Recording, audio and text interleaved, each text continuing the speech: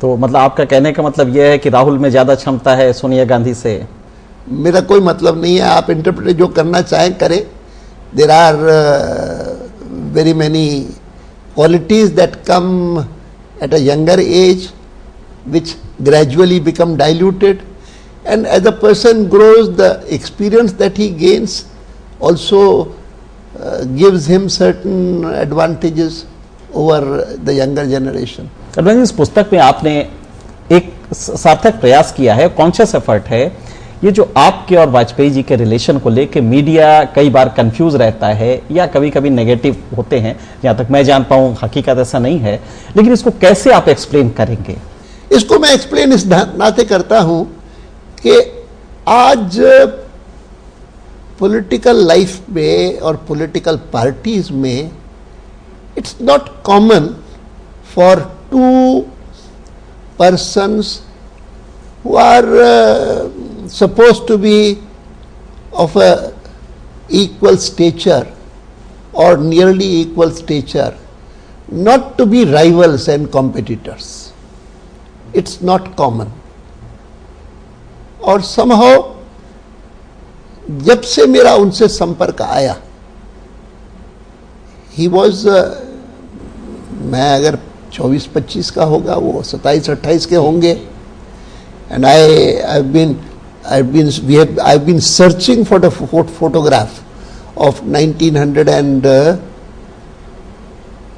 perhaps it was 51, 52, somewhere there, and he was accompanying Dr. Mukherjee and passing through Kota, and I had gone to the Kota railway station. मैं उनसे doctor Mukherjee से मिलने गया था, तो doctor Mukherjee और अटल जी दोनों कंपार्टमेंट के उस पर डोर पर खड़े हैं, मैं भी उनके पास पे खड़ा हूँ, और उस फोटो में मैं और अटल जी दोनों के आकार में कोई ज़्यादा फर्क नहीं दिखता है. Both are in a way lean. Doctor Mukherjee of course was बल्कि इवन देन, लेकिन नॉट अटल जी. तो मैं वो फोटो बहुत खोजता रहा, नहीं मिल पाया मुझे, नहीं तो किसी समय जयपुर के कार्यालय में लगा रहता था. तो रिकॉन्साइल कैसे करते तो मैं इसलिए कर रहा हूं कि because people are not used to it, इसीलिए उनको लगता है नहीं नहीं ऐसा तो हो ही नहीं सकता. और फिर मैंने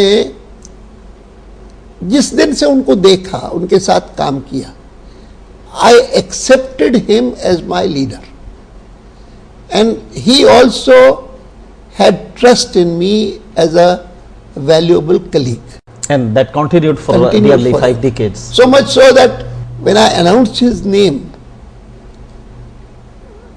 as Prime Minister in 95 in the Bombay session, तो there were many in my colleagues कि क्यों किया, काय के लिए किया.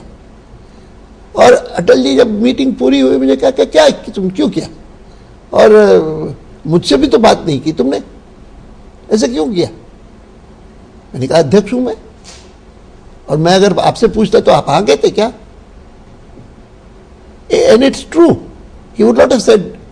And that was a point of time when मेरी वो रथ यात्रा, ये वो सब कुछ, बहुत कुछ हुआ था. All that had happened, and at that point of time. और फिर जब 95 में मैंने, it was in November 95 that I made that announcement in Bombay, and 3 months later when in February or so the हवाला चार्ज केम, मैंने कहा मुझे भगवान ने बुद्धि दी, सही किया.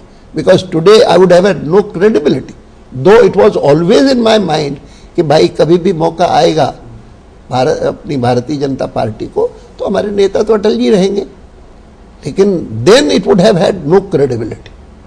तो ये जो मीडिया में जब भी ये कुछ हुआ, ये परसेप्शन थॉरोली नासमझी की वजह से हुआ है.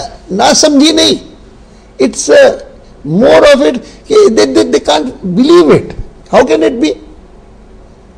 उस समय लोग कुछ लोग तो स्केप्टिकल थे कि कहने को कह दिया. और यही भावना उधर से भी रेसिप्रोकेट लगातार हमेशा हुई, हमेशा हुई.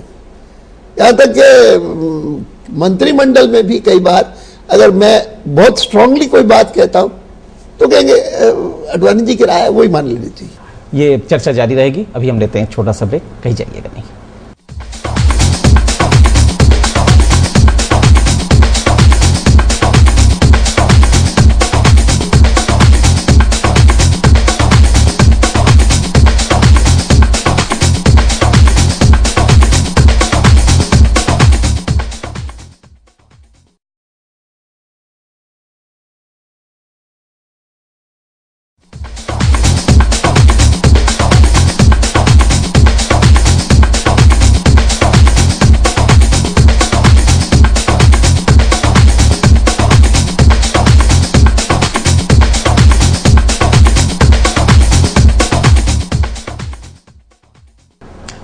ब्रेक के बाद इस चर्चा में आपका फिर स्वागत है।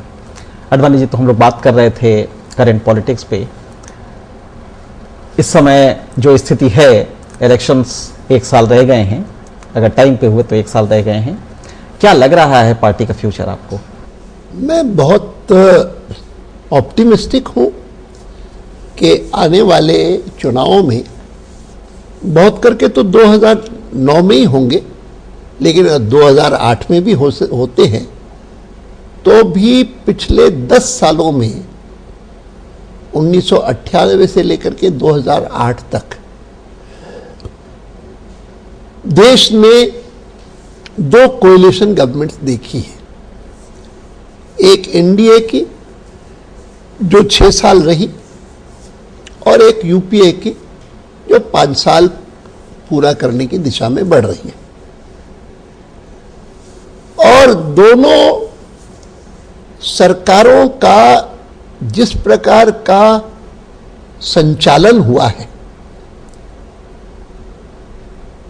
गवर्नेंस के नाते, विकास के नाते, कोएलिशन गवर्नमेंट के स्मूथ फंक्शनिंग के नाते, सुरक्षा देश की उसको डील करने के नाते, पास पड़ोस के देशों में जिस प्रकार की व्यवस्था विकसित हो गई है, नेपाल में, बांग्लादेश में, पाकिस्तान में, श्रीलंका में, उनको हैंडल करने के नाते इकोनॉमिक ग्रोथ तो वो जब से लेकर के 1991 में हमने लाइसेंस परमिट कोटा राज छोड़ दिया और एक नई आर्थिक रणनीति अपनाई, तो ओवरऑल इकोनॉमिक ग्रोथ बढ़ता गया। यहां तक कि जब हमारे वित्त मंत्री ने यह बात कही थी कि हमारा लक्ष्य है कि हम 8% ग्रोथ करें, तो विपक्ष की नेता ने मुंगेरी लाल के हसीन सपने, उनको किसी ने बताया होगा जी, वो ऐसा होता है, मुंगेरी लाल जाता है, तो मुंगेरी लाल के हसीन सपने करके उन्होंने यशवंत सिंह का या यशवंत सिन्हा का मजाक उड़ाया था, जो भी थे जिन्होंने कहा था। लेकिन वो तो हुआ, लेकिन वो होने के साथ साथ ये भी बात सही है कि जितने बिलियनियर्स हमारे बन गए, गरीब और अमीर के बीच की खाई जो है वो और ज्यादा बढ़ी है। और फिर ये ग्रोथ जो है परसेंटेज, जीडीपी ग्रोथ, वह जीडीपी ग्रोथ कहीं पर तो 20% होगी और कहीं पर 4% भी नहीं होगी, अलग अलग सेक्शंस में। तो कहीं पर तो जलप्रपात है और कहीं पर जल की बूंदें भी नहीं। ये जो स्थिति है वो स्थिति डिजायरेबल मतलब हालांकि ग्रोथ ट्रेजेक्टरी पे तो डाला है, लेकिन ये है कि ये इक्विटेबल डिस्ट्रीब्यूशन इसका नहीं हो रहा है, डिलीवरी सिस्टम बहुत नहीं है। और फिर उसमें महंगाई और भयंकर स्थिति पैदा करती है। उसमें 2 फैक्टर्स हैं जो परेशानी पैदा करते हैं, एक महंगाई जिसका असर सब पर है, और दूसरा फैक्टर है कि जितना सारा नया इन्वेस्टमेंट देश में हो रहा है वो इंडस्ट्री में हो रहा है, बिजनेस में हो रहा है, सर्विसेज में हो रहा है, एग्रीकल्चर में नहीं हो रहा। ये एक जिसके कारण ये विडंबना बढ़ती है। आपकी बात से लग रहा है कि आप भी इस बात से मुतमईन हैं कि किसी न किसी तरह दोनों में से किसी भी पार्टी की आए, लेकिन ये होगी कोalition गवर्नमेंट।